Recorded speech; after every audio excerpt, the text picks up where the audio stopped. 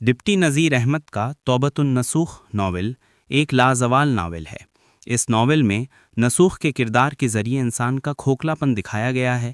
یہ ایک مذہبی اور اخلاقی ناول ہے جو انسان کو اس کے گناہوں کی پہچان کرنا سکھاتا ہے۔ فکری پہلو: اصلاح معاشرہ اور مذہبی بیداری۔ اس ناول میں مصنف نے غفلت میں ڈوبے انسان کی تصویر کشی کی ہے۔ وہ اس ناول کا سہارا لے کر دکھاتے ہیں کہ جب انسان غفلت کی نیند سے بیدار ہوتا ہے تو اس کی زندگی میں بہار کیسے آتی ہے۔ اس ناول کا مرکزی کردار نصوح پہلے دنیا کے دھندوں میں کھویا رہتا ہے، مگر جب وہ خواب میں قیامت کا منظر دیکھتا ہے تو اس کے دل میں انقلاب آتا ہے۔ نصوح نے دیکھا کہ زمین پھٹ رہی ہے، لوگ دوڑ رہے ہیں اور وہ خود اپنے اعمال کے بوجھ تلے دب رہا ہے۔ یہ اقتباس اس کے روحانی جھٹکے کو ظاہر کرتا ہے، وہ لمحہ جب انسان اپنی حقیقت سے آشنا ہوتا ہے۔ توبہ اور نجات کا فلسفہ۔ ناول کا مرکزی خیال توبہ کی طاقت ہے۔ یہ ناول بتاتا ہے کہ توبہ محض زبان کا اظہار نہیں بلکہ دل کی گہرائیوں کا سچا اور پاکیزہ عمل ہے۔ نصوح نے روتے ہوئے کہا، اے اللہ، میں نے تجھے بھلا دیا، اب تو مجھے مت بھلا۔ یہ جملہ ناول کی روحانی گہرائی بیان کرتا ہے۔ انسان جب سچے دل سے توبہ کرتا ہے تو رب اسے معاف کر دیتا ہے۔ خاندانی اور معاشرتی تربیت۔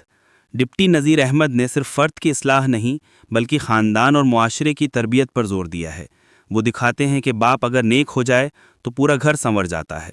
نصوح کی آنکھ کھلی تو اس نے اپنے گھر کے ہر فرد کو نماز کی طرف بلایا۔ یہ اقتباس بتاتا ہے کہ نذیر احمد کی فکر اجتماعی اصلاح کی تھی، نہ کہ صرف انفرادی۔ مذہبی تعلیم اور خواتین کی تربیت۔ ناول میں مرد کے ساتھ ساتھ خواتین کی دینی تعلیم و تربیت پر زور دیا گیا ہے۔ گویا یہ ناول محض ایک فرد کی نہیں بلکہ پورے خاندان کی اصلاح کا پیغام ہے۔ ڈپٹی نذیر احمد نے اس بات کی نشاندہی کی کہ اگر عورت تعلیم یافتہ اور بااخلاق ہو تو گھر کا ماحول سنور جاتا ہے۔ بیٹیوں، نماز تمہاری زینت ہے اور ادب تمہاری پہچان۔ یہ پیغام اس دور کے لحاظ سے انتہائی ترقی پسند اور اصلاحی تھا۔ فنی پہلو: کردار نگاری۔ ناول کا مرکزی کردار نصوح ہے۔ یہ کردار اپنے نفس کی اصلاح کرتا ہے۔ ناول کے شروع میں وہ ایک گمراہ غافل شخص نظر آتا ہے، جبکہ ناول کا اختتام اس کے کردار کی پاکیزہ روشنی کا مرہون منت ہے۔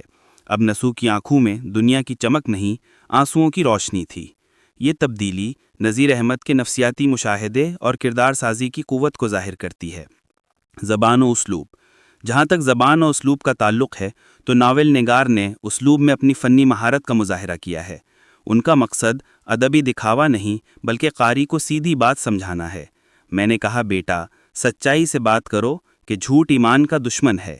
یہ اسلوب نہ صرف اس زمانے کے عام قارئین کو سمجھ آتا تھا بلکہ دل پر اثر بھی ڈالتا تھا۔ بیانی انداز۔ نذیر احمد نے ناول میں بیانی انداز کا بخوبی استعمال کیا ہے۔ ناول میں دلکش مکالمے بھی نظر آتے ہیں۔ نصوح کے آنسوؤں نے اس کے گناہ دھو ڈالے، جیسے بارش گرد کو دھو دیتی ہے۔ یہ جملہ نذیر احمد کے بیانیہ حسن کی بہترین مثال ہے۔ مذہبی علامتیں۔ ناول میں خواب، آنسو، نماز اور روشنی جیسی علامتوں کا بھرپور استعمال ہوا ہے۔ یہ علامتی فضا قاری کو روحانی احساس میں لے جاتی ہے۔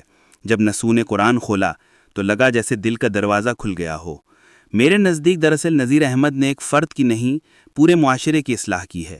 انہوں نے مسلمانوں کو غفلت کی نیند سے جگایا ہے۔ یہ ناول گناہوں سے توبہ کی نہیں بلکہ ان سے نفرت کی ترغیب دیتا ہے۔ پورے ناول میں روحانی فضا چھائی ہوئی ہے۔